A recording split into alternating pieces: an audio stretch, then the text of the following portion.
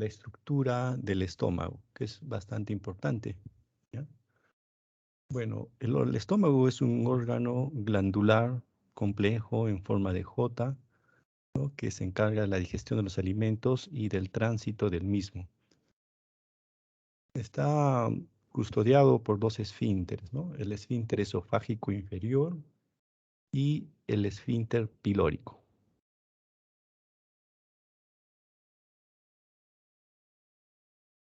El cardias es una zona que está por debajo del esfínter esofágico inferior, que carece de secreción ácida, no tiene glándulas, ¿no? Tenemos el fondo gástrico. El cuerpo, que es muy importante porque encontramos ahí está lleno de glándulas, ¿no? Que se encargan de la producción, entre otras cosas, de moco, ácido, pepsina, ¿no? Y hormonas también, por supuesto, ¿no? Y por supuesto tenemos acá el antro pilórico, ¿no? La zona adyacente al píloro.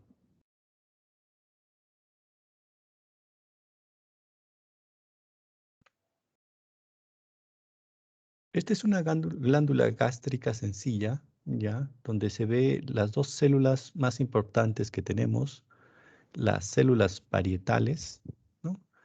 Que se encargan de la formación de el ácido, ¿no? Y del factor intrínseco, ¿no? Muy importante para la formación de los glóbulos rojos. Y las células principales o células simógenas, que las tenemos aquí, se encargan de la producción de pepsinógeno, ¿no? Que posteriormente se activa pepsina, ¿ya? Las células en hoyuelo y las células de cuello de mucosa fundamentalmente producen moco, ¿ya? Es importante que la producción de moco porque es una barrera de defensa que tiene el organismo, la pared gástrica, ¿no? Acá tenemos otra glándula gástrica donde ya identificamos otro tipo de células, ¿no? Las células enterocromafines-like o parecidas a las enterocromafines, que también se les denomina, producen histamina, ¿no? Las células D, ¿no? Estas células fundamentalmente están ubicadas en el antro y cuerpo, ¿no? Producen somatostatina. Ya vimos las células parietales, ¿no? Que se encargan de la producción de ácido clorhídrico y factor intrínseco, ¿no?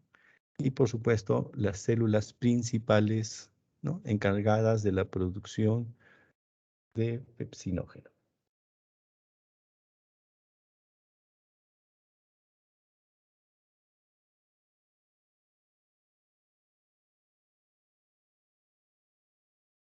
Vamos a pasar primero a la siguiente página y después ya regresamos por esta.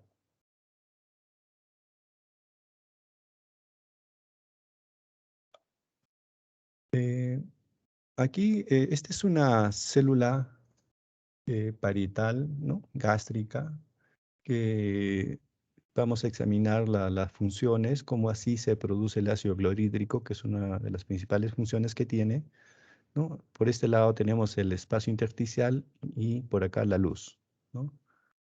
Eh, Esta célula tiene una forma piramidal y contiene en la región que da hacia la luz una bomba de protones, ¿no? Que depende de una ATPasa. Este es un transportador activo de hidrogeniones hacia la luz del estómago en contra de una gradiente, ¿no? Que es muy alta, ¿ya? Utilizando ATP. Eh, su, Su principal función es sacar los hidrogeniones para después, al unirse con el cloro, ¿no? Formar el ácido clorhídrico.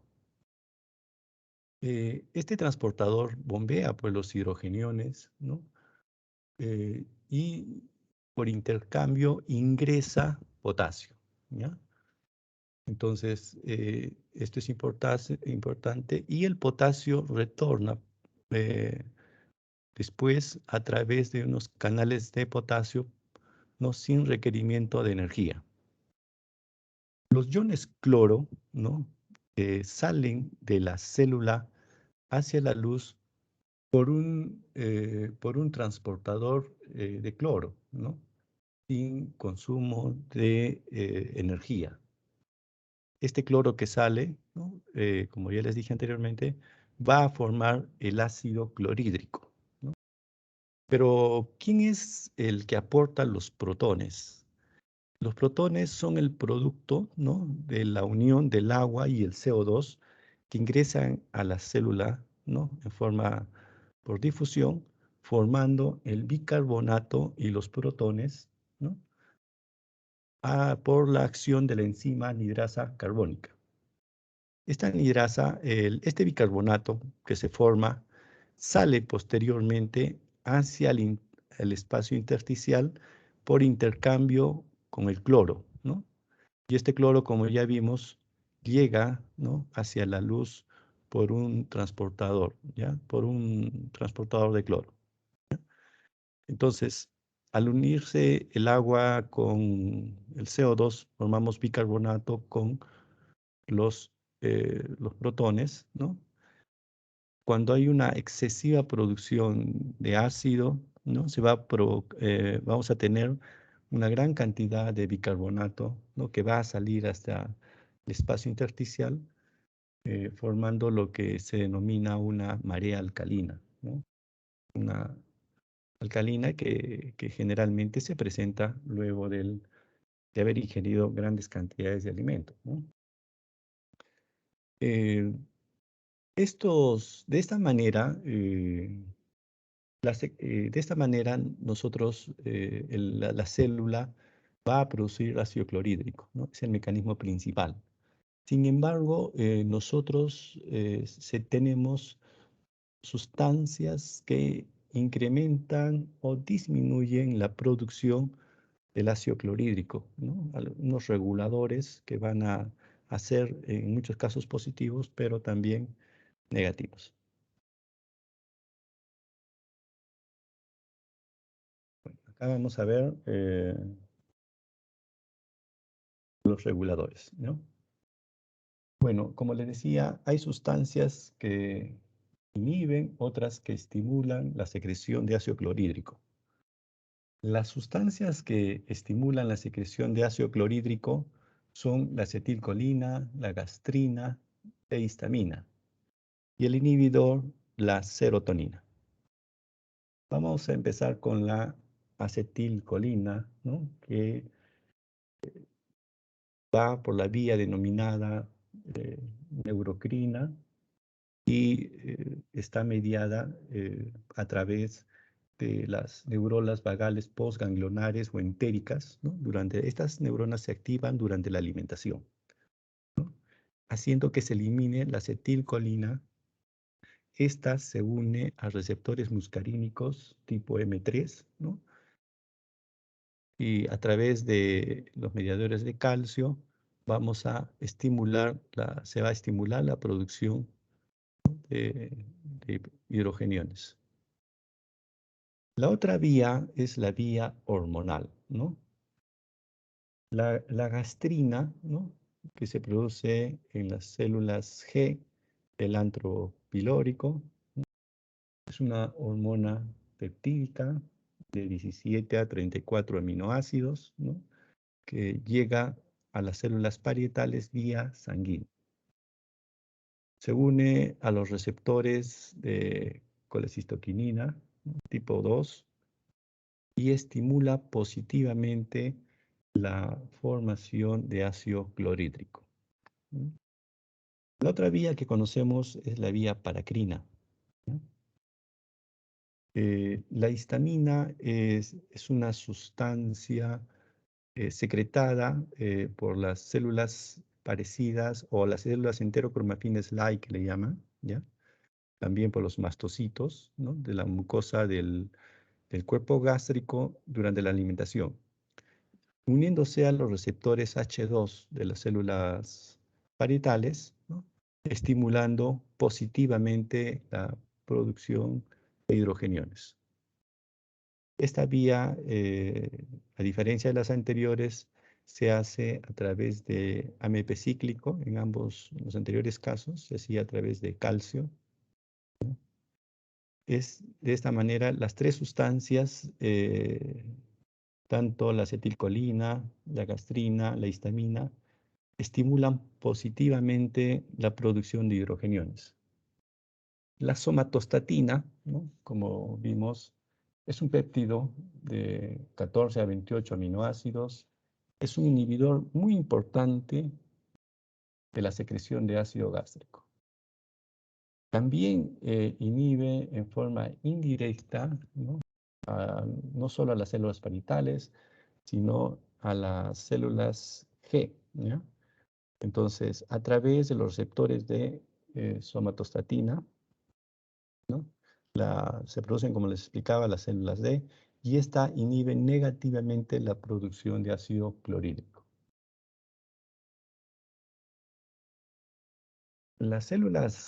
Estas células D, localizadas en el antro y también en el cuerpo, el estómago, están en contacto directo, ¿no? Con la luz del estómago. Por eso le llamamos paracrinas, y de esa manera llega la somatostatina hacia las células parietales. Entonces, para resumir, tenemos tres sustancias importantes que estimulan, ¿no? La acetilcolina, la gastrina, la histamina y la somatostatina, que actúa como un inhibidor.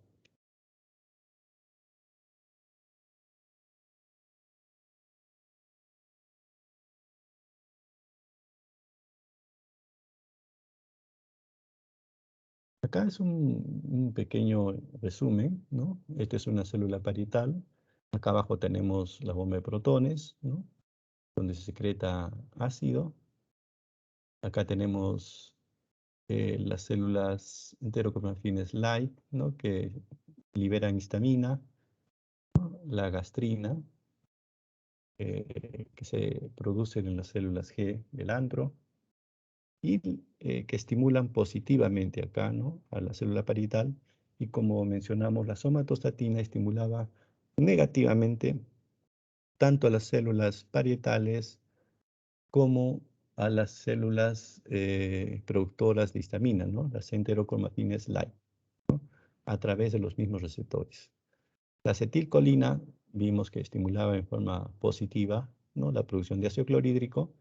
Tanto la gastrina como la histamina utilizaban como mediadores el calcio, a diferencia de la histamina que utiliza el AMP cíclico, ¿no?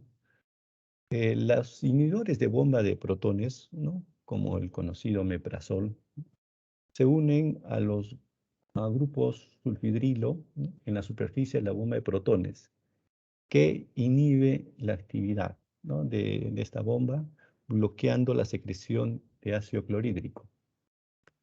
La histamina, los antihistamínicos, ¿no? La famosa ranitidina, actúa a este nivel, ¿no? Bloquea los receptores H2. Por eso es que mejor acción tiene el omeprazol, porque al final interviene en las tres vías de estimulación de ácido clorhídrico, ¿no? Las tres vías confluyen en la bomba de protones, ¿no?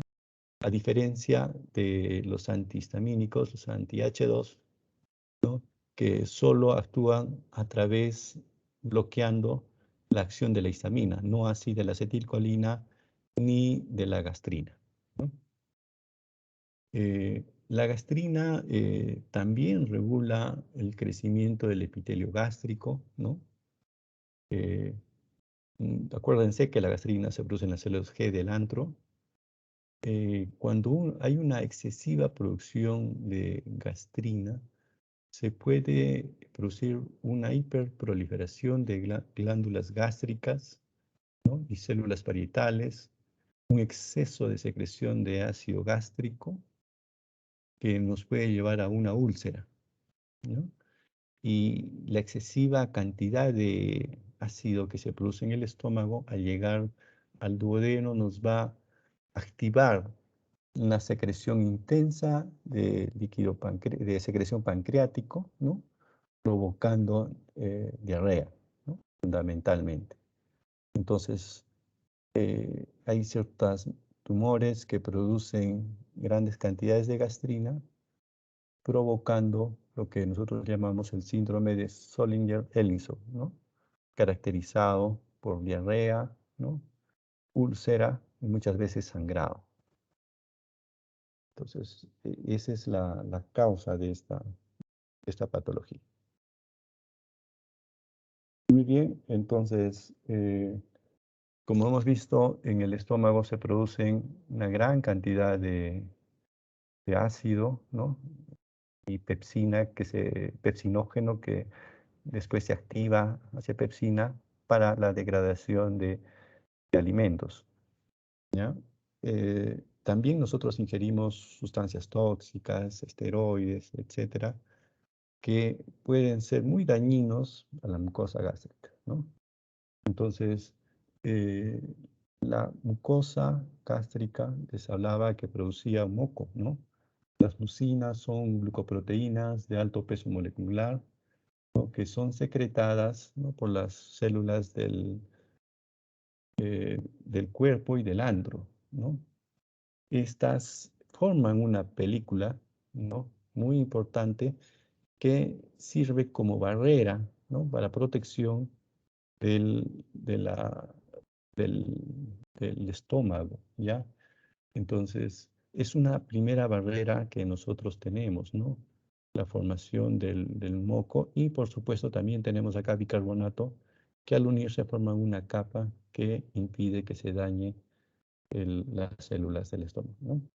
Algo que importante también es el flujo sanguíneo que existe, ¿no? En el estómago, ¿no? Este flujo sanguíneo son el sostén, ¿no? Para que todas las glándulas trabajen regularmente, ya produzcan un moco adecuado y cumplan su función, ¿no? Los estados en que el flujo sanguíneo disminuye a nivel sistémico o a nivel local en el estómago, hace que este mecanismo de defensa disminuya, ¿no? Ocasionando que se produzcan lesiones en la pared del estómago, ¿ya? Entonces, para la barrera no solo intervienen el moco, el bicarbonato, no, sino la integridad de las uniones intercelulares que existen y el riego sanguíneo, que es muy importante, ¿no? Acá también tenemos las prostaglandinas, que cumplen un papel importante en la defensa o protección de la barrera del estómago. Ahora vamos a ver algunos síntomas, ya que es muy importante a nivel digestivo, ¿no? Primero, dispepsia, ¿no?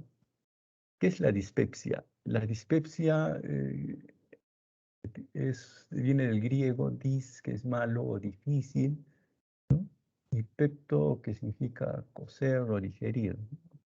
Técnicamente es una mala digestión, ¿ya? Entonces, denominamos dispepsia cualquier dolor o molestia, ¿no? Localizado en la parte central del hemiabdomen superior, ¿no? Entonces, como malestar, nosotros, o disconfort, ¿no? Se considera una percepción negativa, no doloroso, ¿no? Que engloba muchos síntomas como saciedad precoz, la pesadez postprandial, la sensación urente en epigastrio y otros bien específicos como la hinchazón abdominal, ¿no? La sensación de eructar frecuente, ¿no? Náuseas. ¿Ya? Sin embargo, no está considerado como dispepsia, por ejemplo, dolor en hipocondrios, en hipogastrio, incluso la pirosis. Tenemos dos tipos de dispepsia, ¿no? La dispepsia funcional y la otra orgánica. La orgánica es aquella que se encuentra causa, ¿no? Hay una causa, tumores, etcétera, que nos dan estos síntomas, ¿ya? Y la otra es la funcional. Se define como aquellos casos en que después de realizar diversas pruebas, ¿no?, incluyendo por supuesto endoscopía alta, no se encuentra causa orgánica obvia que justifique los síntomas. Entonces, la dispepsia funcional la dividimos en dos síndromes, ¿no? Un síndrome de distrés postprandial y un síndrome de dolor epigástrico, ¿no? Síndrome de distrés postprandial, así rápidamente, ¿no? Plenitud postprandial, llenura precoz. Y en el síndrome de dolor en epigastrio, ¿no?, hay dolor y ardor en epigastrio, ¿no? Eh, Esto es muy útil, esta clasificación, para dar tratamientos, ¿no? Dar tratamiento. En el primer caso, haremos utilizaremos más los procinéticos, ¿no?, los inhibidores de bomba, y en el segundo, pues, con más fuerza, los inhibidores de bomba de protones y probablemente algunos analgésicos.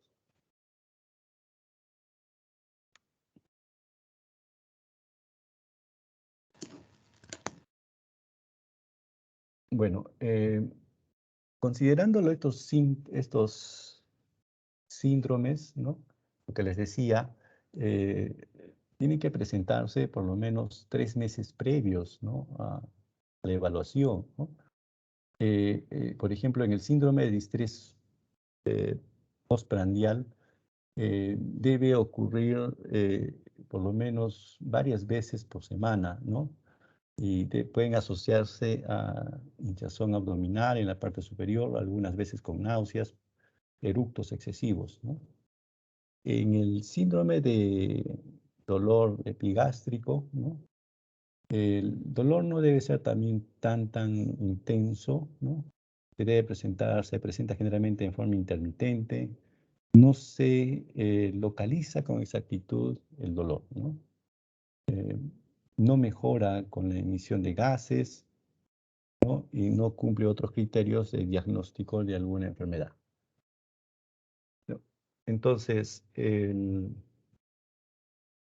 la dispepsia funcional, entonces, si no hay causa orgánica, ¿a qué se debe, no? ¿No? Se han postulado algunos probables mecanismos fisiopatológicos o etiológicos, ¿no?, asociados a estos síntomas, ¿no?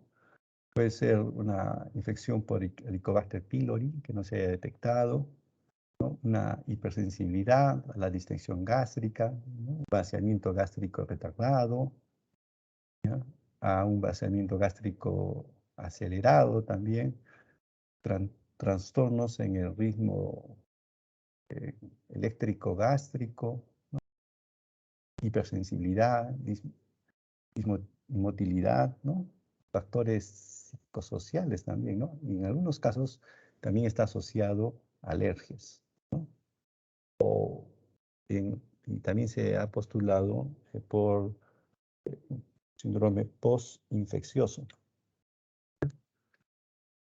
Ahora vamos a ver la dispepsia orgánica, ¿no?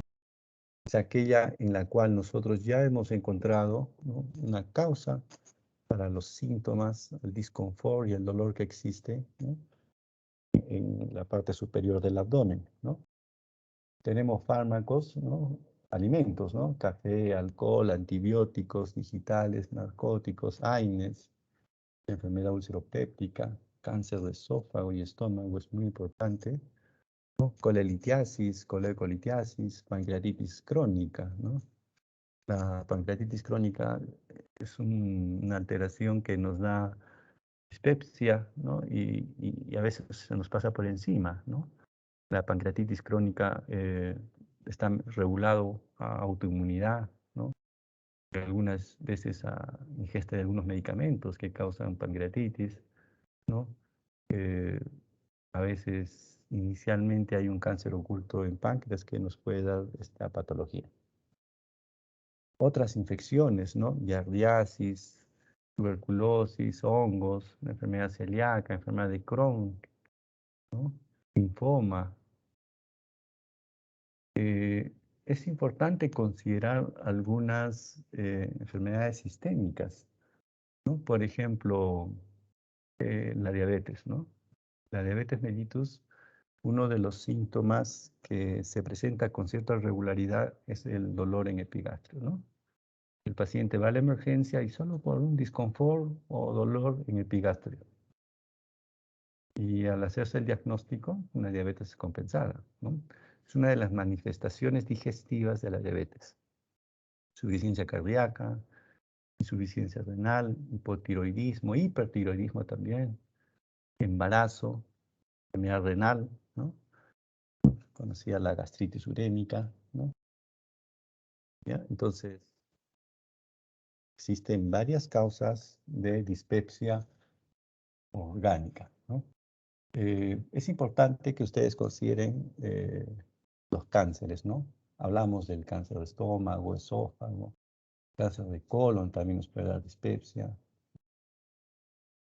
Por eso es que al estudiar la dispepsia no es tan sencillo por la gran variedad de etiología que tiene, ¿no? Desde neoplasias hasta infecciones como tuberculosis, hongos, giardiasis, ¿no? Patología biliar, como ya vimos, ¿no? Colelitiasis, pancreatitis crónica, tipos de hepatitis aguda, autoinmune, hepatocarcinoma, ¿no? Etcétera, etcétera, ¿no? Y algunos medicamentos, como vimos, ¿no? Suplementos de hierro, por ejemplo, causan bastante dispepsia cuando se dan los pacientes. A veces hay que considerar este efecto adverso que es muy importante. Los glucocorticoides también nos causan dispepsia. Bueno, eh, entonces cuando nosotros tenemos un paciente con dispepsia, es necesario hacer un estudio en forma ordenada, ¿no? Para llegar al diagnóstico, ¿no? Ustedes han visto las causas orgánicas son muy, muy variadas, ¿no? Y después tenemos que ver si estas causas orgánicas, ¿no? Si se descartan, hay que pensar en una dispepsia funcional, ¿no? Que es más difícil aún incluso llegar a la causa exacta de la dispepsia. Pero sin embargo, nosotros debemos considerar algunos signos de alarma, ¿ya? Los signos de alarma son importantes debido a que tenemos que poner más énfasis a estos pacientes, ¿no? Cuando tenemos un paciente, ¿no? De más de 55 años que, que antes no tenía dispepsia y que de un momento a otro aparece con episodio de dispepsia, entonces nosotros debemos parar las orejas y ver, debemos estudiarlo de mejor manera, ¿no? No darle omeprazol y la otra cosa que te va a pasar, no. El mayor es importante, ¿no? Historia familiar de cáncer gástrico, ¿no? Eso también es importante, ¿no? La cáncer gástrico está muy asociado a la genética, ¿ya?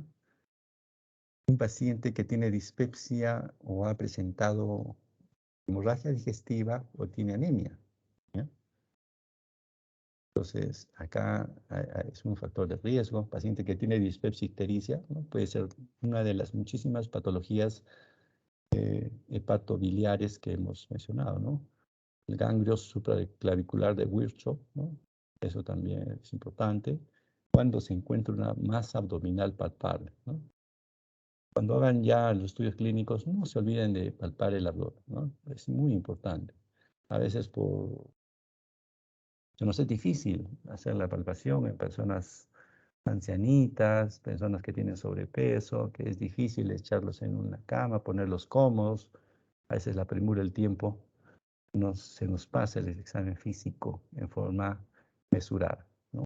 Es importante, ¿no?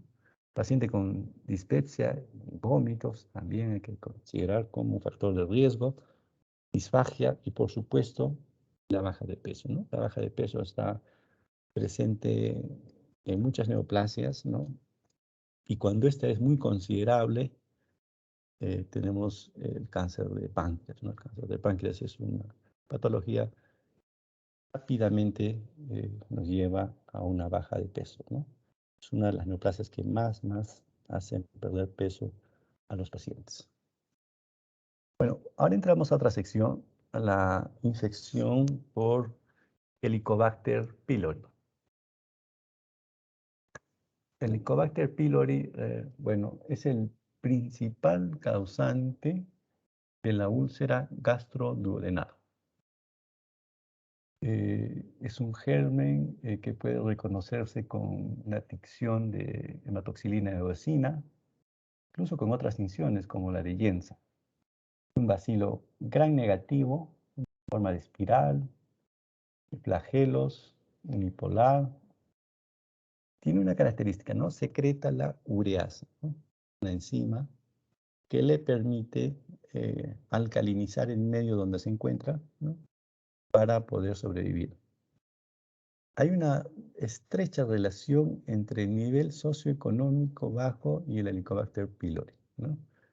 Acá sí hay que detenernos un poquito, ¿no? En algunos países la prevalencia del Helicobacter pylori llega al 5%, ¿no? Quizás menos. Y en otros países llega al 100%. En nuestro país depende de la zona, ¿no? Pero hay estudios hechos hace varios años donde se encontró una prevalencia de hasta del 85%, ¿no? Dependiendo del lugar, ¿no? En lugares más poblados, donde hay ciudades más amplias, hasta el 45%. Tiene que ver bastante con el tipo de agua que se consume en las ciudades. Por ejemplo, en algunas zonas del norte de Chile, ¿no? Se dieron cuenta que su agua está contaminada por la industria que hubo por las minas, ¿no? La extracción minera en forma desordenada que hubo en los años 60, 70. El boom minero chileno, ¿no? Hizo que se contaminaron muchos ríos y al encontrarse en los últimos años aguas bastante contaminadas con metales pesados, la población cambió, optó por gran parte de la población tomar otro tipo de agua, ¿no? Embotellada o traída de otros sitios. Y solo ese hecho hizo que los niveles de infección por el Helicobacter pylori bajaran, ¿no? Entonces la calidad del agua es muy importante para el control del Helicobacter pylori. La transmisión es fecal-oral, ¿no? Tenemos como síntomas dispepsia, gastritis, enfermedad ureopéptica, adenocarcinoma, puede dar maltomas. Bueno, primero veamos, está bien ahí. El proceso patológico clave del Helicobacter pylori es la producción de una respuesta inflamatoria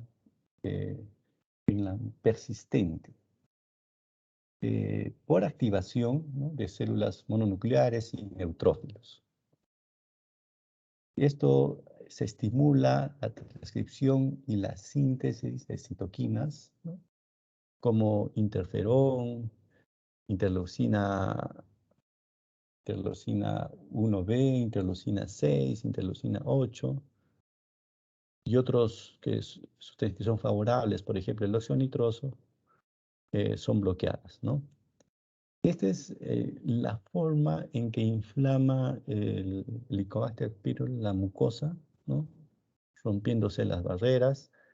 La acción inflamatoria es muy importante del Helicobacter pylori a través de mediadores químicos.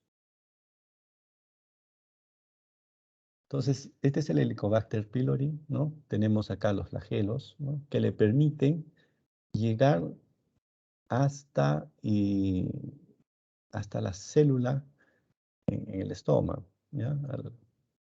A las células. No se olviden que la pared está protegida por una mucosa, ¿no? Que impide que lleguen estos organismos, pero los flagelos hacen que puedan ingresar más fácilmente hacia la pared, ¿no?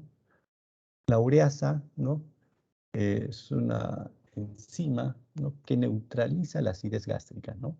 Permitiendo sobrevivir, ¿no? En este medio ácido que se encuentra en el estómago.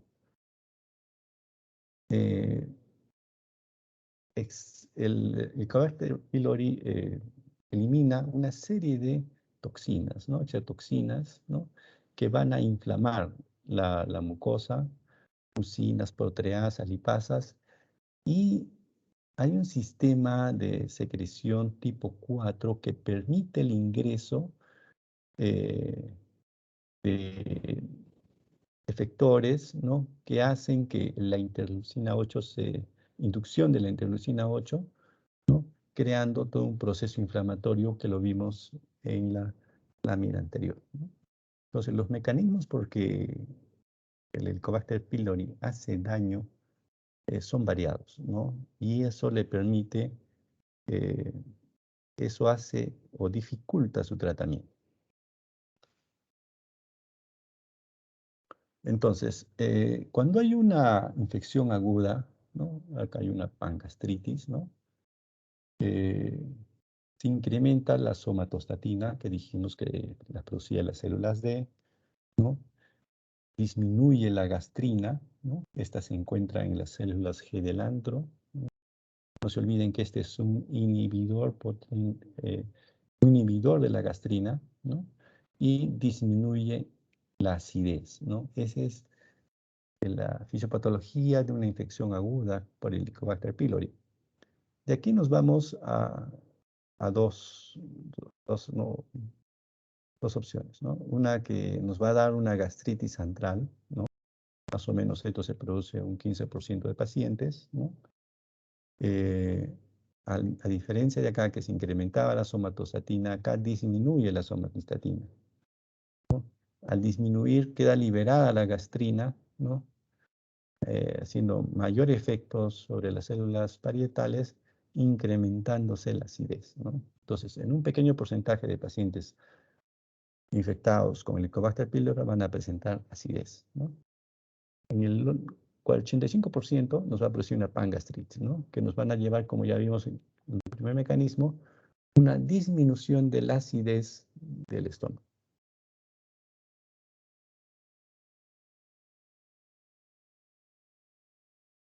Bueno, para el diagnóstico de la infección de Helicobacter pylori, tenemos varias formas de hacer, ¿no? El test rápido de la ureasa, ¿no? Es un diagnóstico primario, ¿no? Que consiste en poner en contacto una muestra de la mucosa con un medio que tiene urea, ¿no? ¿No? Si sospechamos que está ahí el Helicobacter pylori, va a haber ureasa, ¿no? Y esta urea eh, va a ser afectada por la ureasa y se va a elevar el pH, ¿no? Entonces, esta prueba ureasa, ¿no? Es un test muy sencillo, donde se pone un poco de secreción de la mucosa gástrica, de jugo gástrico, y nos va a, dependiendo del cambio de color, al identificarlo con una tira de pH, nos va a dar el diagnóstico, ¿no? Es una examen fácil de hacer, ¿ya? Eh, la prueba del aliento, ¿no? O el aliento con urea marcada, ¿no? Mejor nos vemos esto, ¿ya? Se basa en que al paciente se le en la capacidad de la ureasa de producida por el ácido clorhídrico para hidrolizar la solución de urea que se le da al paciente marcada con carbono 13. Entonces, al paciente se le da urea, ¿ya? Marcada con carbono 13. Esta urea ingresa y se junta con el agua en el abdomen, en la cavidad gástrica, ¿no? Y por acción de la ureasa, ¿no? Que vemos acá el Helicobacter pylori presente, ¿no? Se va a transformar la urea y el agua en amoníaco y en CO2. El CO2, que tiene el carbono 13 marcado, por difusión simple va a pasar a la sangre, ¿no? Como es un gas, va a ser expirado, ¿ya? Y este sí puede ser medido, ¿no? Es una forma indirecta de determinar si el paciente tiene o no infección por el Helicobacter pylori, ¿ya? Después tenemos las pruebas serológicas, ¿no?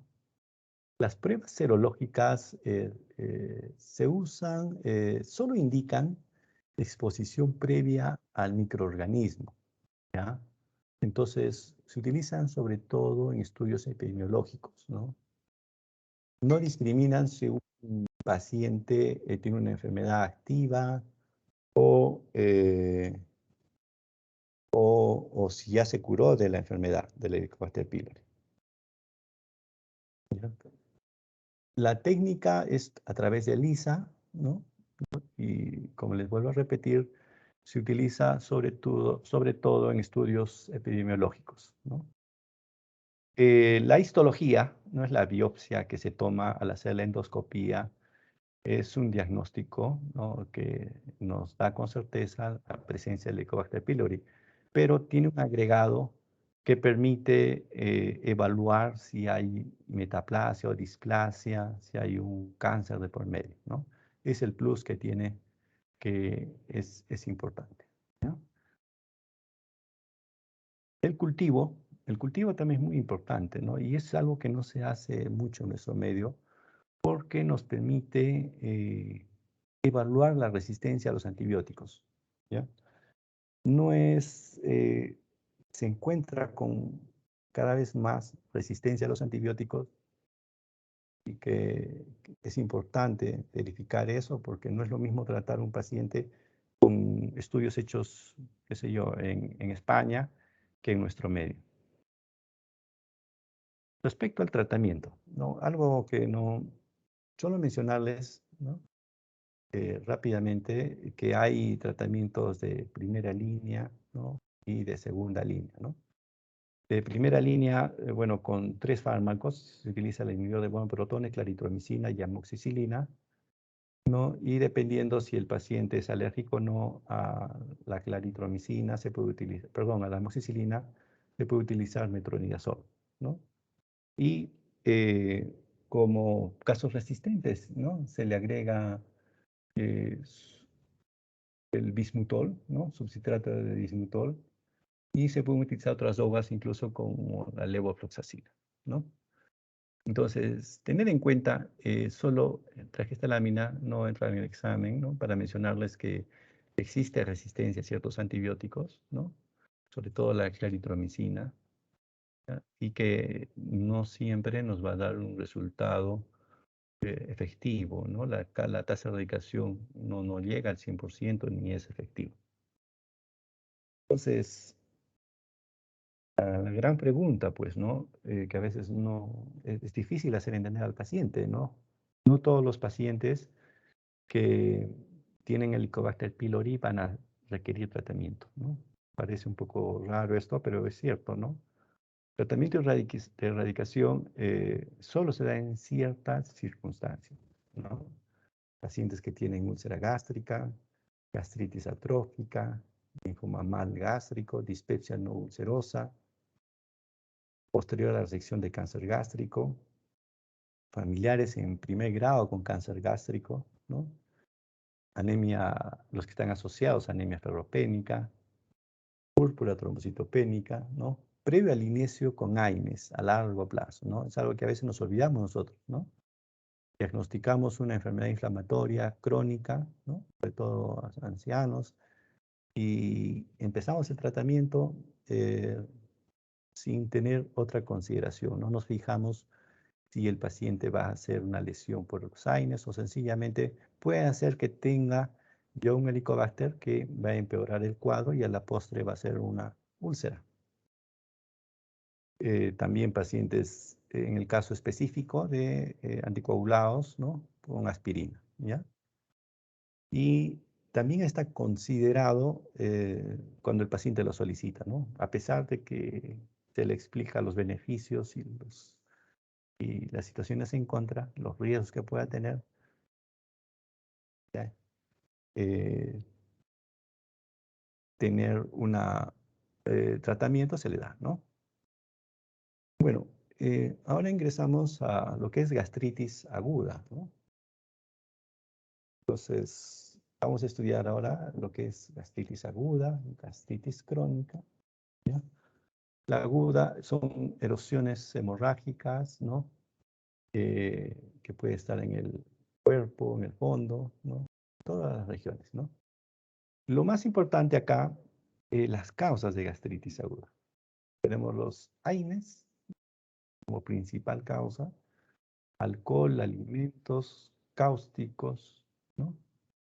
Drogas como la cocaína, el hierro, ¿no? El hierro, eso también causa bastante gastritis. No sé si ustedes han conocido pacientes que tienen anemia o en gestantes que quedan con anemia, se les inicia tratamiento con hierro y hacen su gastritis, ¿no? Ya en pacientes hospitalizados, las zonas nasogástricas son un factor muy importante de que se asocia a gastritis, ¿no? Esos son unos efectos adversos, ¿no? No a todos los pacientes se les puede poner sonda y se les debe poner sonda, ¿no? Cuando pueden alimentarse por sí solos, ¿no? Pacientes sometidos a, por supuesto, a procedimientos endoscópicos, ¿no? Pacientes que han sometidos a radiación, ¿ya? Eh, Pacientes con quemaduras extensas, ¿no? Se producen las úlceras de Kurlen, que se llaman, ¿no? Estos casos se debe, al existir una quemadura muy extensa, existe una hipovolemia en los pacientes, ¿no? Y vimos como que el flujo sanguíneo era una barrera de protección muy importante, ¿no? En el estómago, que al disminuir esta hace que las defensas caigan y los factores agresivos aumenten, ¿no? Produciéndose úlceras, ¿no? Lo mismo ocurre en traumatismo craneoencefálico, nos llaman las úlceras de Cushing, politraumatismos, estados de choque séptico, ¿ya? Por eso es que se da gastroprotectores a estos pacientes, ¿no? Las causas vasculares también son importantes, ¿no? Gastropatía isquémica, ¿no? Nosotros eh, a veces no nos imaginamos cuánto daño puede producir una isquemia, ¿no? Por vasculitis. A veces hay vasculitis a pequeños vasos, solo nosotros nos permite ver ectópicamente, ¿no? Las lesiones que hay en piel, en miembros inferiores. El paciente presenta dolor abdominal, sordo mucho, ¿no? Y lo que nos está causando es una gastritis aguda por isquemia, ¿ya? La vasculitis se produce en todos los lugares, no solo donde estamos viendo, ¿no? A veces es multisistémica. Bueno, ya. La gastritis crónica se caracteriza pues por una inflamación prolongada, ¿no? Que causa atrofia de la mucosa gástrica. Eh, a diferencia de la gastritis aguda, aquí no encontramos anormalidades endoscópicas muy evidentes, ¿no? Hay reducción progresiva del parasecretar ácido gástrico, ¿no? Eh, Se presentan niveles altos de gastrina, ¿ya? No hay muchos hallazgos a la endoscopía, ¿no? Es lo que es lo más llamativa, lo más llamativo es una atrofia de la mucosa, ¿no? Que a veces se pasa por encima. Entonces, acá la dividimos en tres grupos, ¿no? La gastritis atrófica difusa, ¿no? Que está relacionada a la infección con Helicobacter pylori, ¿no? La gastritis eh, atrófica corporal difusa, ¿no? Eh, Esta tiene un componente autoinmune muy importante, ¿ya? Contra las células parietales, ¿no? Hay anticuerpos contra las células parietales, se da más en personas de grupo sanguíneo A, ¿no? Relacionadas caucásicas del norte de Europa, ¿no? Nos va a producir hipocloridria, ¿no? Al existir hipocloridria va a existir una hipergastrinemia, ¿no? Reactiva, y esto nos puede llevar a un tumor carcinoma. Al existir lesión de las células parietales, nos va a llevar a una anemia perniciosa, ¿no? por deficiencia del factor intrínseco. Y el otro tipo de gastritis crónica es la gastritis antral difusa. Son los tipos de gastritis crónica. Ahora vamos a hablar sobre la enfermedad úlcero-péptica, ¿no? Esto algo que se sobrepone con lo que nosotros vimos en la fisiopatología del Helicobacter pylori, ¿no? Como ven acá, el Helicobacter pylori es el principal causante de la enfermedad úlcero-péptica, ¿no? Como han visto, no solo causa úlcera, por supuesto, ¿no? Pero ya hablando solo de úlcera, el Helicobacter pylori, en el caso de la duodenal, es muy importante la causa, ¿no? Y por supuesto, los AINES. También se relacionan, la úlcera primeramente es una solución de continuidad que llega hasta la submucosa, ¿no? Esa es la diferencia con otras patologías. Nos puede producir o dispepsia, ¿no? Está relacionado al cáncer gástrico y los antiinflamatorios no esteroideos juegan un papel muy importante. Por eso es que cada vez más se recomienda evaluar la posibilidad de tratamiento con medicamentos que no sean de este tipo, ¿no? Y muchas veces, sobre todo en ancianos, recurrimos al famoso paracetamol, ¿no? Para aliviar el dolor y evitar los AINES, sobre todo en ancianos. Una de las causas o de las complicaciones más severas de la úlcera es la hemorragia digestiva, ¿no? Acá, por ejemplo, en la UCLA, Universidad Católica de Los Ángeles, ¿no? Se hizo un estudio sobre sangrado digestivo alto, severo, ¿no? Y se ve que la principal causa, la úlcera péptica, ¿no? Para que vean lo importante que representa la úlcera para pacientes con sangrado, ¿no? Pacientes con sangrado, pacientes con úlcera, siempre debemos estar expectantes, ¿no? Ver si tiene uno sangrado, ¿no? Uno de los signos, síntomas fundamentales es pues, las melenas. Si el paciente tiene melena, hay que sospechar de que puede existir una úlcera y esté sangrando. Y clínicamente, bueno, lo que nos va a caracterizar en la úlcera es el dolor en el epigastrio, ¿no? Que calma con antiácidos, ¿no? Ya vimos las complicaciones que podía dar una hemorragia gastrointestinal, ¿no? Esta úlcera se puede perforar, ¿no? La penetración es una perforación hacia la parte posterior, puede causarnos estenosis, algunas veces por lesiones cicatrizales, y el diagnóstico aquí importantísimo. Bueno, solo para mencionarles esto, ¿no? Lo importante que es el diagnóstico endoscópico, porque nos va a permitir a catalogar el sangrado, ¿no? La lesión que se encuentra. Es la famosa clasificación endoscópica de Forest, ¿no? Para ver en qué situación está la úlcera. Si tiene un sangrado activo, no activo, ya ha formado coágulo. Entonces, sobre todo en pacientes mayores de 50 años, hay que ser bien cuidadosos porque nos puede causar en algunos casos un sangrado masivo que nos lleva al deceso del paciente, ¿no? Lo que les comentaba anteriormente, las complicaciones, ¿no? La perforación es una de las complicaciones más frecuentes que existen. 5 al 10% de los pacientes pueden perforarse, ¿no? Es una, es una úlcera que se extiende a la pared anterior, de la pared anterior del duodeno, ¿no? Esto se evidencia cuando hay un dolor más intenso, generalizado de un momento a otro, y semiológicamente se ve pues una matidez hepática, ¿no? Se pierde la matidez, ¿no? Por la presencia de aire, ¿no? El estómago, al ser una cavidad que puede estar con aire, este aire pasa al peritoneo, ¿no? Y hace que se interponga entre el hígado y la pared, ¿no? Produce la matidez y se evidencia a través de una radiografía de piel, ¿no? Este es uno de los exámenes importantes cuando uno piensa en la perforación de una úlcera, ¿no? Fácil de verificar, ¿no? La presencia de aire, ¿no? El síndrome de Hoover o Joubert, como le llamen. Ya rápidamente se evalúa y nos va a dar el diagnóstico de una perforación, ¿no?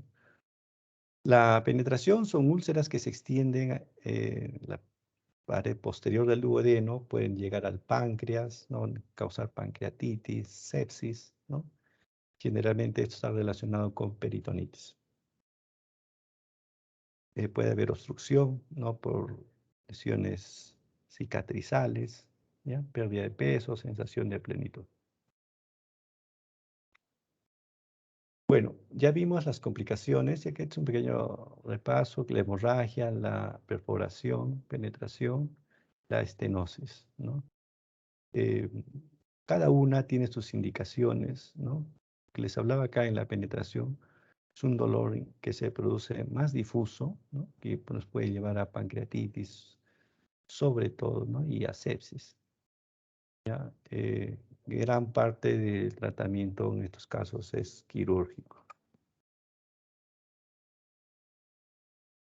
Bueno, eh, esto les menciono para que vean lo grave que puede ser un paciente que tiene hemorragia, ¿no? Eh, Nos puede llevar a un shock y a la muerte, ¿ya? Entonces, aquí hay que saber actuar. Lo más importante es la resucitación, que le llamamos nosotros hemodinámica, ¿no? ¿No? Poniendo eh, dos vías periféricas, ¿no? De gran calibre, ¿no? Para infundir cristaloides, ¿no? Y por supuesto inhibidor de buenos protones, etcétera. Eh, es importante que exista una unidad endoscópica de emergencia, ¿no? En cada ciudad eh, grande, ¿no? Así como la nuestra, ¿no? En el Seguro Social, por ejemplo, se tiene que llamar al retén en las noches para que se haga una endoscopia de urgencia, ¿no? Y lo ideal es que exista un equipo de endoscopistas permanente, ¿no? Para toda la ciudad, incluyendo para hospitales del Ministerio de Salud, etcétera, porque esto nos salva la vida, ¿no? A veces el sangrado es tan intenso que eh, fallece el paciente, ¿no? En otros países no ocurre eso. Eh, También, por supuesto, existen escalas para ver cuán grave es el sangrado, ¿ya? Porque nosotros debemos, a un paciente con sangrado en la emergencia, se tiene que rápidamente dilucidar qué se debe hacer con el paciente, si se debe llevar a UCI, se debe hospitalizar, se debe quedar en observación o se puede ir a su casa para el control el día siguiente. Ya, es una escala que no utiliza endoscopio, ¿no? Para ver el pronóstico de la enfermedad, ¿ya? Y la escala de Blackford, ¿no? Es otra escala ya que sí utiliza endoscopía, ¿no? Que igual eh, a dar, eh, nos va a decir si es que, cómo va a ir el paciente, ¿no? En un futuro próximo, ¿ya? Bueno, el tratamiento. Bueno, inyectoterapia, que es lo que nosotros se inyecta adrenalina, ¿no? En la lesión para que éste deje de sangrar. Me refiero al sangrado, por favor, no a la úlcera, ¿no? ¿No? Argón plasma se está utilizando bastante, probeta caliente, ¿no? Y cirugía, ¿no?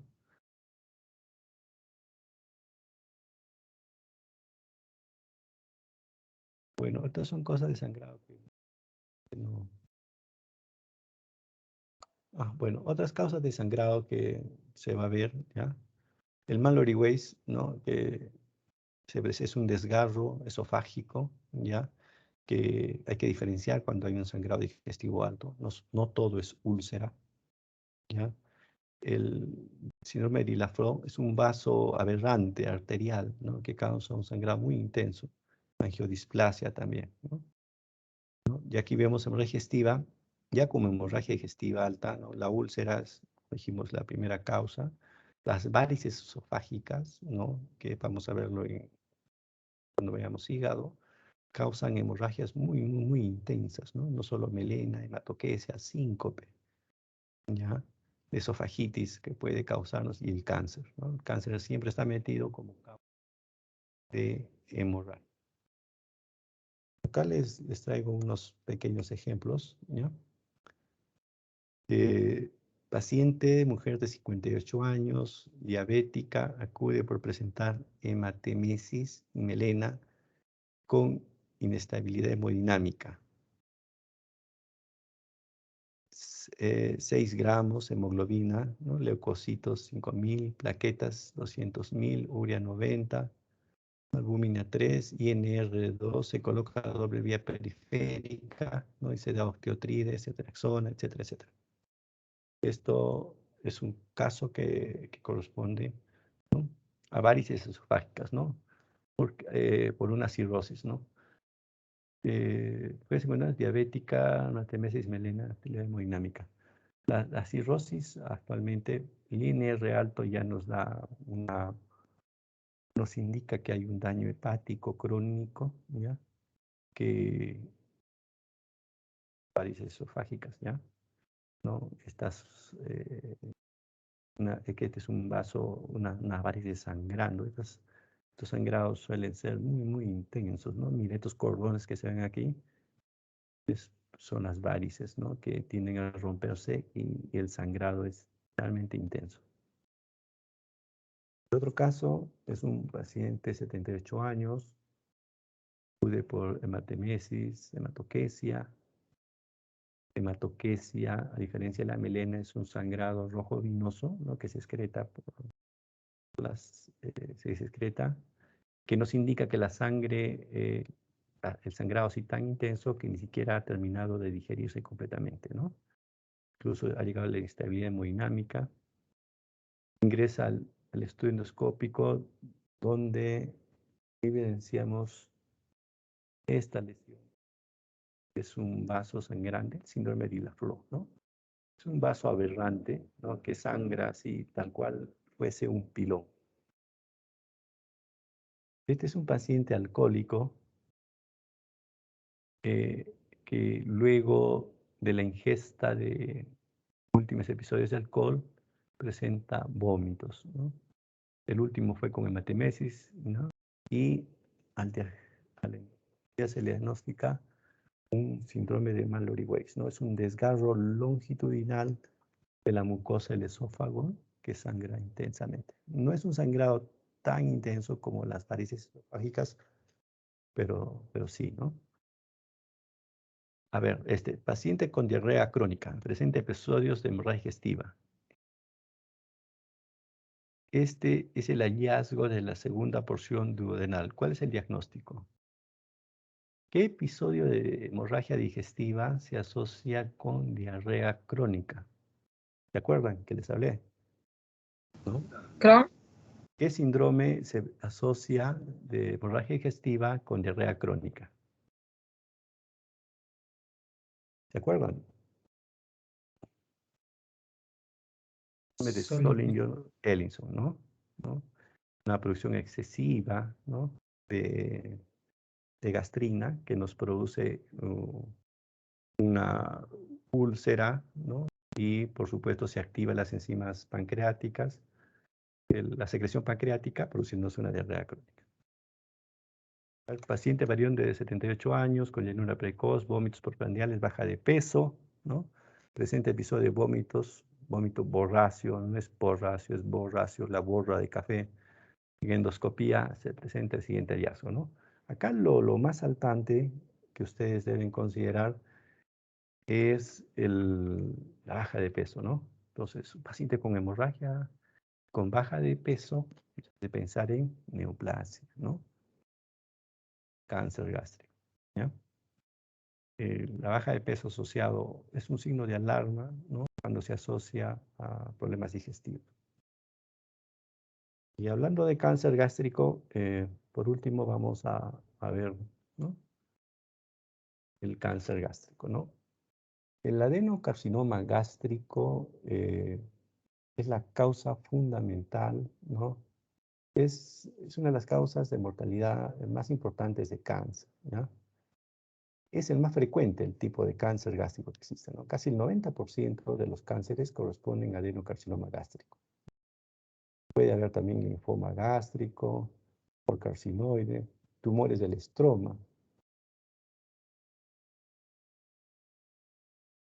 La, Hay una distribución típica del cáncer gástrico, ¿no? Mira, en toda el área de Asia es muy prevalente, ¿no?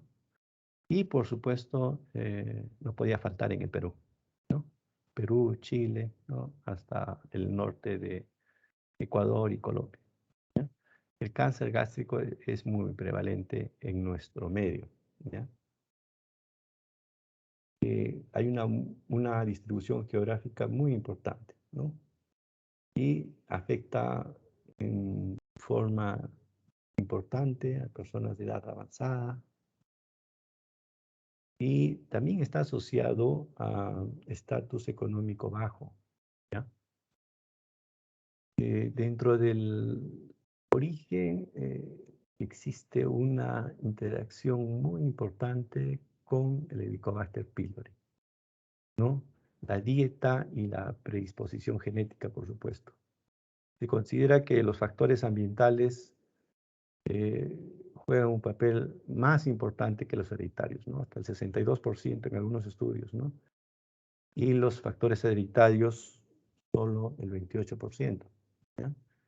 Y vuelvo a repetir, el Helicobacter pylori juega un papel muy en la causa del cáncer gástrico, ¿no? Entonces, hay causas confirmadas, ¿no? De que sí, definitivas, otras son probables, posibles y otras muy cuestionables. Dentro de las causas definitivas, ¿no? El Helicobacter pylori está a la cabeza, ¿no?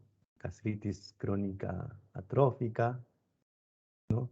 Los adenomas gástricos, las displasias, la poliposis adenomatosa familiar, la metaplasia intestinal, cáncer colonorrectal hereditario, ¿no? Asociado o no a poliposis, ¿no? Familiares en primer grado con cáncer gástrico, ¿no?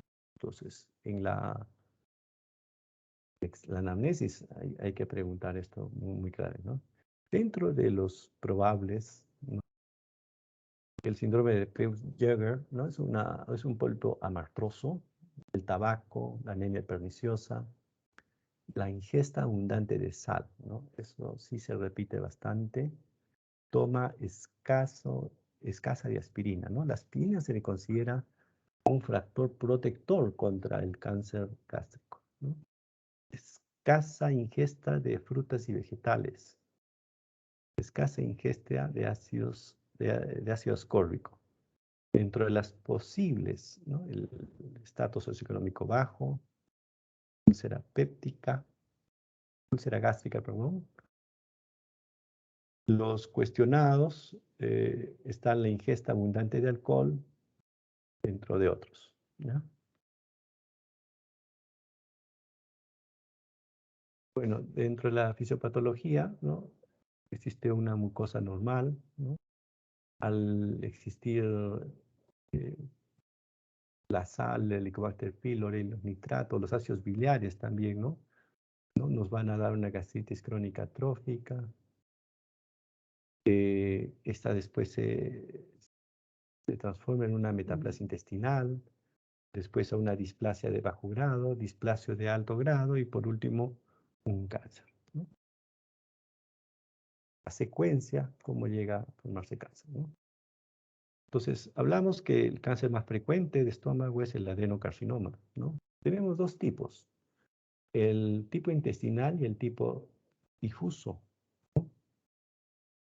Eh, este afecta el intestinal, las estructuras glandulares, asociado a metaplasia intestinal, más frecuente su localización en el antro y está relacionado a factores ambientales, ¿no? Vimos el Helicobacter pylori, etcétera, etcétera. El difuso, ¿no? Es infiltrativo, ¿no?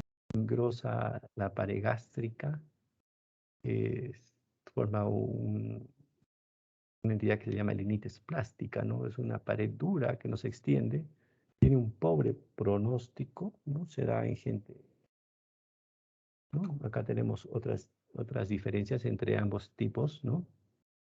¿No? Y hablamos que esto se da más en pacientes de mayor edad, ¿no?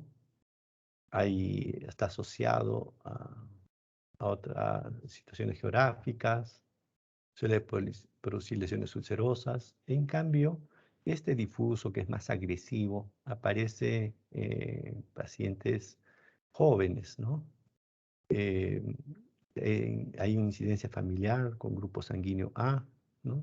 La frecuencia es la misma y produce células en anillo de sello que se le llama, y que es un malo. Entonces, el espectro clínico, ¿no? Lo más importante en estos casos es la pérdida de peso y dolor abdominal, ¿no? Náuseas, vómitos, anorexia, melena, ansiedad precoz. Puede haber una masa en epigástrico, hepatomegalia, citis, ¿no? Tomoflebitis, anemia. El cáncer gástrico es metastásico al momento del diagnóstico en un 33%, ¿ya? Entonces, acá sí es importante ver esto, lamentablemente ocurre eso. Bueno, nos produce dispepsia, ¿no? Cuando hablamos de los factores de riesgo, pacientes con mayor de 50 años que aparecen con dispepsia, en gran parte con el cáncer gástrico.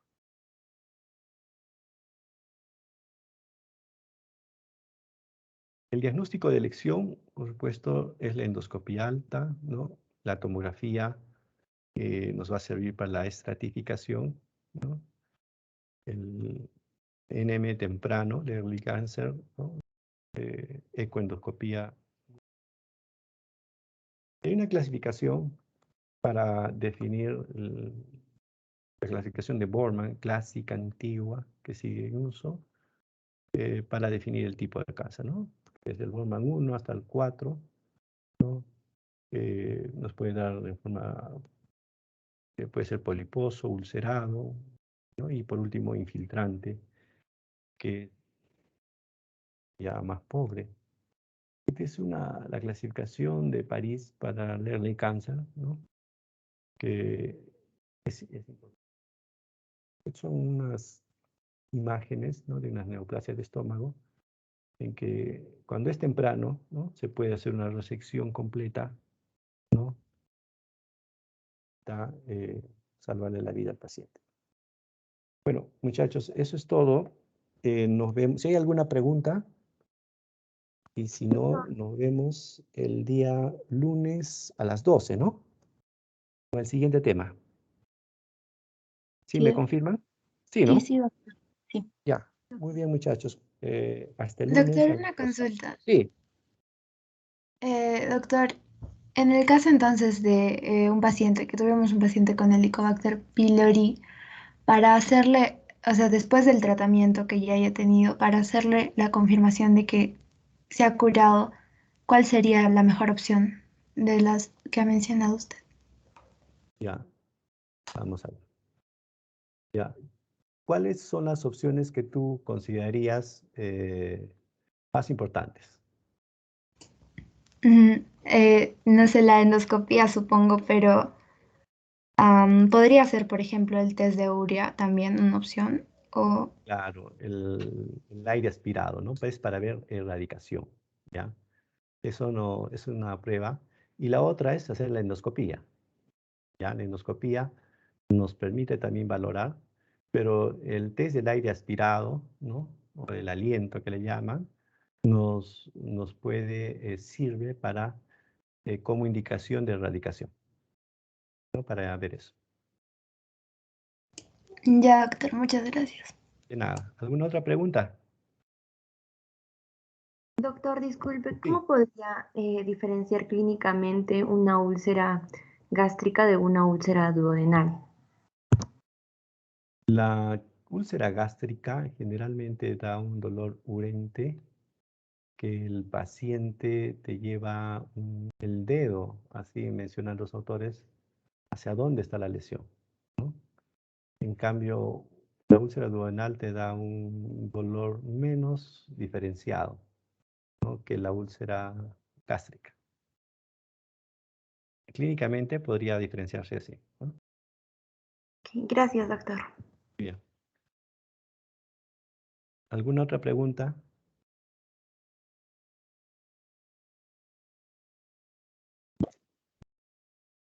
Entonces, nos vemos el día lunes 12 en punto. Bien, hasta luego. Hasta luego, doctor. Gracias. Gracias. Hasta luego, Hasta doctor. luego. Hasta luego, doctor. Gracias.